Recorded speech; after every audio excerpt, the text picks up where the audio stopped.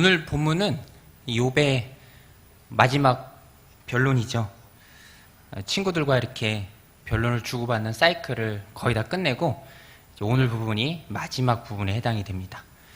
욥은 자신의 결백을 본문을 통해서 아주 강하게 주장합니다. 이 31장 전체, 오늘은 12절까지만 읽었는데 31장 전체에 보면 내가 이런 죄도 범하지 않았고 이렇게 살았고 이런 것도 멀리했다라면서 자신의 결백을 주장합니다. 총 14가지를 말하는데요. 14가지라는 숫자가 어떤 분은 그래요. 완전수 7 둘이 뭉쳐진 이제 거의 완전한 삶, 이런 삶을 나타낸다. 그 정도로 욥은 하나님 앞에 굉장히 선한 삶을 살았죠. 욥이 하나님 앞에서라는 이 신전의식을 갖고 있었기 때문에 그렇습니다. 하나님이 날 보신다. 4절인데요. 그가 내 길을 살피지 아니하시느냐, 내 걸음을 다 세지 아니하시느냐. 하나님이 보고 계신데 어떻게 내가 악을 행할 수 있겠느냐, 하나님이 다 듣고 계신데 내가 어떻게 함부로 말할 수 있겠느냐, 이 얘기죠. 라틴어로 코람데오라고 하죠. 하나님 앞에서의 진실한 삶입니다. 코람데오, 하나님 앞에서의 진실한 삶. 욥은 사람보다 하나님을 더 의식했습니다. 그랬기 때문에 아무도 보는 이 없을지라도 하나님을 의식해서 한눈 팔지 않았고, 아무도 듣는 이 없다고 할 그때에도 하나님이 다 듣고 계시는 걸 알고 있었으니까 함부로 살지 않았죠. 저는 이것이 하나님을 삶의 기준으로 삼고 사는 삶이라고 생각합니다. 하나님의 말씀을 누가 보는 사람이 있건 없건 삶의 기준으로 삼고 사는 삶. 기준의 특성이 무엇입니까? 기준. 저는 기준하면 훈련소 때가 생각나는데요. 이제 훈련병들이 연병장에 모일 때마다 지휘관이 항상 대열을 정비하기 위해서 기준을 세우죠. 누구 한 명, 훈련병 중에 한 명 찍고 기준을 세우면 5열 종대, 2열 횡대, 해처모하면 정신없이 움직입니다. 기준을 움직이지 않죠. 다른 사람은 다 움직이지만, 그래서 대열을 가다듬지만 절대로 움직이지 않는 것이 바로 기준입니다. 오늘 우리들 삶 가운데도 환경이 어떻건 상황이 어떻건 절대로 움직이지 않는 확고부동의 기준이 있어야 하는데, 그것이 바로 하나님의 말씀이라는 거죠. 욥은 그 하나님의 말씀을, 하나님 그분을 삶의 기준으로 삼았기 때문에 이 범죄 유혹으로부터 자유로울 수 있었고 하나님 앞에서의 신실한 삶을 살아갈 수 있었습니다. 그러므로 오늘 우리도 이 하나님 앞에 신실한 삶을 살고자 한다면 하나님의 말씀으로 삶의 분명한 기준을 세워야 합니다.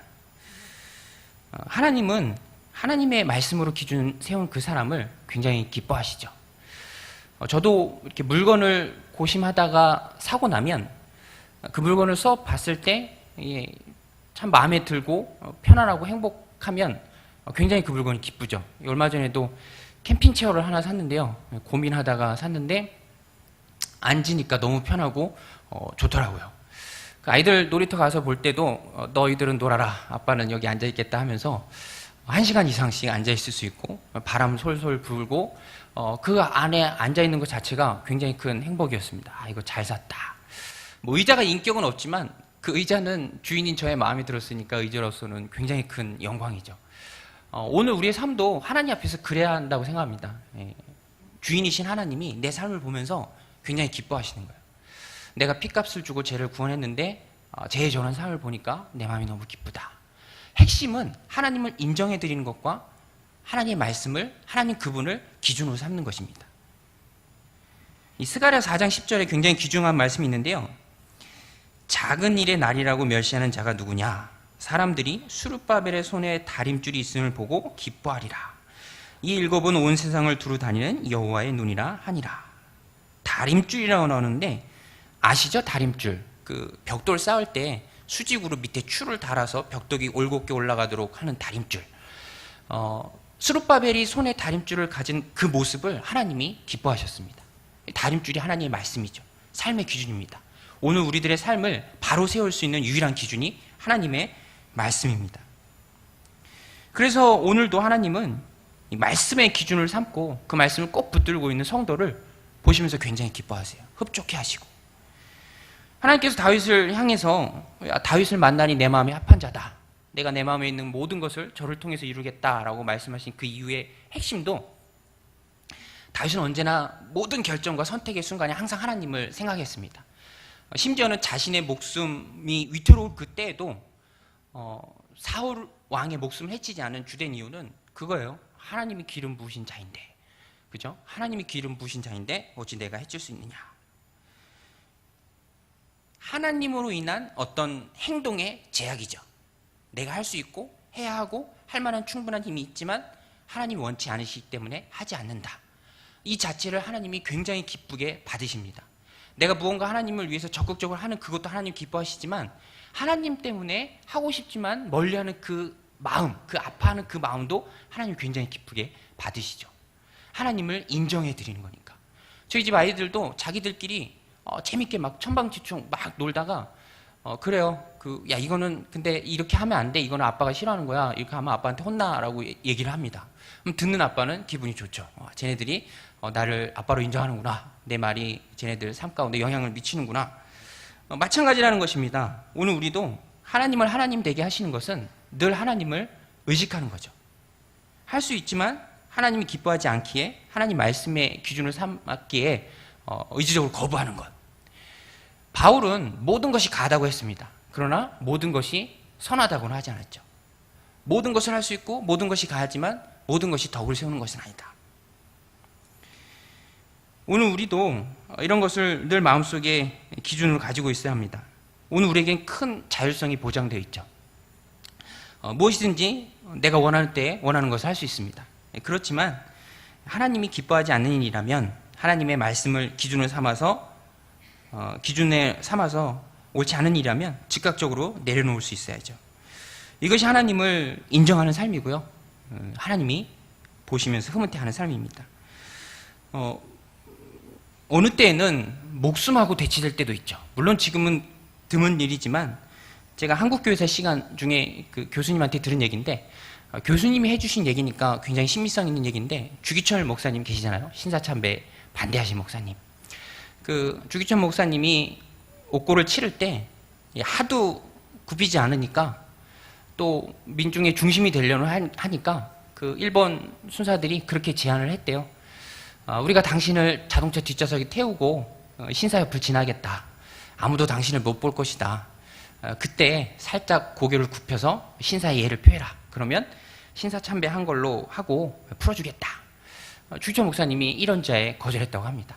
왜냐하면 아닌 건 아닌 거죠. 하나님의 말씀에 비춰봤을 때 그렇게 할 수 없기 때문에 거부한 것입니다. 내가 원하지만 내가 하고 싶지만 또 그것을 했을 때 어느 정도 세상적 유익이 있지만 하나님의 자녀이기 때문에 그렇게 하지 않는 것. 이것이 말씀을 기준으로 삼은 성도의 삶이죠. 성도를 크리스찬이라고 하잖아요. 크라이스트에 AN이 붙어서 크리스티안 이렇게 얘기하는데 그리스도잖아요. 크라이스트를 마음속에 모신 사람. 그래서 갈라디아서 2장 20절이 우리에게 굉장히 중요하죠. 그런즉 이제는 내가 사는 것이 아니요 오직 내 안에 그리스도께서 사는 것이라. 이제 내가 육체 가운데 사는 것은 나를 사랑하사 나를 위하여 자기 자신을 버리신 하나님의 아들을 믿는 믿음 안에 사는 것이라.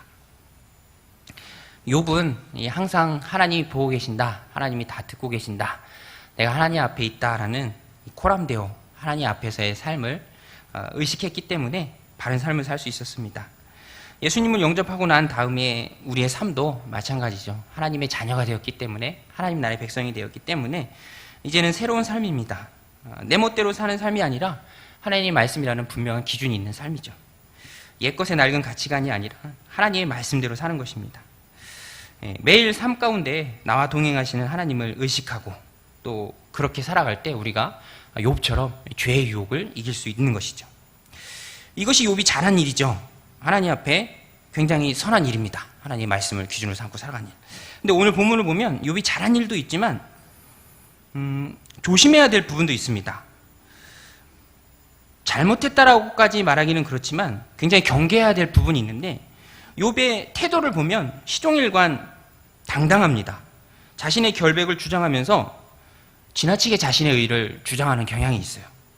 이것이 바로 자기 의에 빠질 수 있는 함정인데요. 실제로 욥은 33장에 가면 이런 과도한 자기의를 드러내는 것 때문에 엘리후에게 꾸중을 듣습니다. 의로움을 내세우는 것, 자기의를 주장하는 것, 이것이 왜 나쁜 것인가? 왜냐하면 의로움을 판단하는 근거가 자신에게 있기 때문에 그래요. 하나님의 말씀을 기준으로 살지만 그 말씀을 기준으로 살면 그 삶이 하나님이 기뻐하시는 삶이 될지, 하나님이 온전히 봐지는 삶이 될지를 판단하는 분은 오로지 하나님이시죠. 내가 내 의로움을 스스로 판단하고 나는 이 정도 했으니 하나님 앞에서 의롭다, 이 정도 했으면 충분하다, 굉장히 하나님 앞에서 교만한 생각입니다. 욥의 이런 모습을 보면서 우리는 잊지 말아야 할 것이 언제나 판단의 주체는 하나님이시죠. 사실 욥도 이것을 고백하고 있습니다. 6절에 보면 하나님께서 나를 공평한 저울에 달아보시고 그가 나의 온전함 아시기를 바라노라. 하나님께서 나를 공평한 저울에 달아보시고 그가 나의 온전함 아시기를 바라노라. 명심해야 할 것, 욥의 이 고백처럼 알아서 하나님이 공평하게 판단하실 것입니다. 그러니까 우리는 나를 포함한 모든 어떤 사람들의 의와 불의를 판단하실 분은 오직 하나님이시라는 것을 우리가 알고 나를 포함한 주변의 모든 사람들의 판단을 하나님께 맡겨야죠. 절대로 내가 판단할 수 없습니다. 판단의 주체가 되어서는 안 되죠. 사실 사람은 사물을 바로 볼 수 있는 안목이 없어요. 내가 판단을 한다고 하더라도 그 판단이 옳으리라는 보장이 없습니다. 100이면 100 사람마다 다 틀리고요. 옳으라는 근거가 없죠. 그렇기 때문에 우리가 판단의 주체가 되면 어떤 결정을 할 때 이를 그르칠 가능성이 굉장히 높아요. 사무엘도 그랬죠. 이세의 아들 중에 이스라엘의 왕을 뽑을 때 처음 봤던 사람이 엘리압 아닙니까? 엘리압. 굉장히 출중한 외모를 가졌죠. 제가 볼 때는 아마 한 정우성이나 장동건 정도 생겼던 것 같아요. 딱 보니까 너무 출중하니까 섣불리 결정했죠. 여호와께서 택하신 자가 바로 앞에 있다. 그때 하나님께서 사무엘상 16절 7절에 그렇게 말씀하시죠. 여호와께서 사무엘에게 이르시되 그의 용모와 신장을 보지 말라. 사무엘은 용모와 신장을 보고 결정했지만 하나님은 내가 이미 그를 버려놓으라 하시죠. 나의 보는 것은 사람과 같지 아니하니 사람은 외모를 보거니와 나 여호와는 중심을 보느니라. 하나님은 언제나 중심을 보시죠. 우리는 속을 때가 많이 있습니다. 사실 인간의 관점은 한계가 많이 있어요. 그 이스라엘의 왕 역사를 공부하다 보면 여로보암 2세가 나오거든요. 여로보암 2세. 사실 여로보암 2세는 인간적으로 볼 때 굉장히 성공한 왕입니다. 이스라엘 왕들 중에서 40년이라는 굉장히 긴 통치기간을 가졌고 광개토대왕, 이스라엘의 광개토대왕이라고 불릴 만큼 영토도 확장했습니다. 정치도 좋았고요. 무역도 잘해서 나라가 부강했죠. 하지만 그것은 어디까지나 사람의 관점이고 하나님께서는 그를 악한 왕이라고 합니다. 악한 왕. 열왕기하에 보면 그냥 한 줄로 훑고 지나갑니다. 이런 왕이 있었다. 딱 한 줄. 우리의 평가보다 하나님의 평가가 훨씬 더 정확하죠. 우리의 눈을 믿으면 언제든지 이를 그르칠 확률이 너무너무 많이 있습니다. 그러니까 하나님께 맡겨야죠. 제가 아는 어떤 분도 담임 목회를 하는데 이제 교회가 조금 성장하다 보니까 이제 전도사님을 뽑는데 굉장히 신실한 분이 왔대요. 신실하게 생기신 분이. 그래서 믿고 금방 기쁘게 뽑았는데 한 2주 지나서 그 전사님이 오더니 다음 주일날은 교회를 못 오겠다고 그러대요. 왜 그러냐니까 친구들이랑 등산 약속이 있다고 여기 교회 부임하기 전에 한 약속인데 어떻게 사역자가 약속을 어기냐고 하면서 그래서 목사님이 하도 어이가 없어서 잘 다녀오라고 했더니 그렇게 등산 갔다고 하더랍니다. 그냥 모습만 보면 우리는 마음이 동하지만 그 결정이 옳으리라는 보장이 없죠. 그래서 언제나 우리는 모든 결정 하나님께 맡겨야 합니다. 그리고 나의 안목 없음을 철저히 깨달아야죠. 그래서 우리는 기도할 때도 좀 확대해서 적용해 보자고 한다면 기도할 때도 이런 생각을 늘 가지고 있어야 합니다. 내가 원하고 바라고 간절히 원하는 그것이 내가 바라는 시간에 내가 바라는 방법대로 이루어지지 않는다 할지라도 하나님은 항상 공평하신 분이기 때문에 하나님께 맡길 수 있는 마음이 있어야죠. 농사 짓는 분들은 봄에 비가 많이 오면 그의 농사가 망쳤다 그럽니다. 그의 농사 망쳤다. 식물에게 있어서 비는 굉장히 중요한 건데 왜 비가 많이 올 때 농사 마쳤다 그러냐면 봄이니까. 봄에 비가 많이 오면 이 벼들이 물이 많이 있으니까 뿌리를 깊이 내리지 않는다 그래요. 오히려 봄에 좀 가물으면 뿌리를 깊이 내리는데 뭐 안 그래도 물이 많으니까 굳이 뿌리를 내릴 필요가 없죠. 그러다가 7, 8월이 돼서 폭풍이나 또 태풍이나 비가 많이 오면 벼들이 뿌리가 깊이 내리지 않았기 때문에 다 쓰러져 죽는다고 합니다. 그러니까 단견적으로 볼 때 우리가 하나님 앞에 어떤 기도를 할 때도 비만 간절히 원하는 그것 자체가 옳은 기도는 아닐 수도 있죠. 하나님 비 주세요. 하나님 비 주세요. 하나님 사랑하는 벼라면서요. 하면서 간절히 비를 원할 때 만약에 하나님이 그대로 듣고 비를 주신다면 나중에 쓰러져서 한 방에 쓰러질 확률이 많다라는 거죠.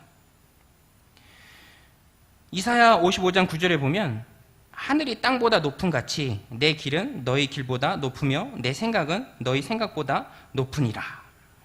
언제나 우리가 꼭 붙들어야 할 말씀입니다. 공평하신 하나님, 그 하나님께 모든 것을 맡기시기 바랍니다. 내 생각에 근거해서 의로움을 주장한다고 해도 하나님이 그것을 인정하지 않으면 그만이죠. 언제나 옳은 판단을 내리실 분은 하나님 한 분이시죠.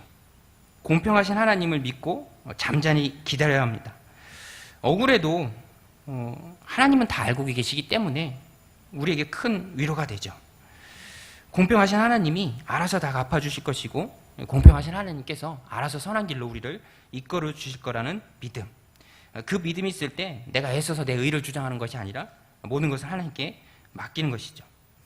내가 원하는 것과 원하는 때, 원하는 방법, 그건 어디까지나 내 기준이고 하나님 관점에서 볼 때는 다 틀릴 수 있다는 것입니다. 항상 오르신 분은 하나님이죠. 그 하나님께 모든 것을 맡기고 오늘 말씀 두 가지 말씀해 드렸는데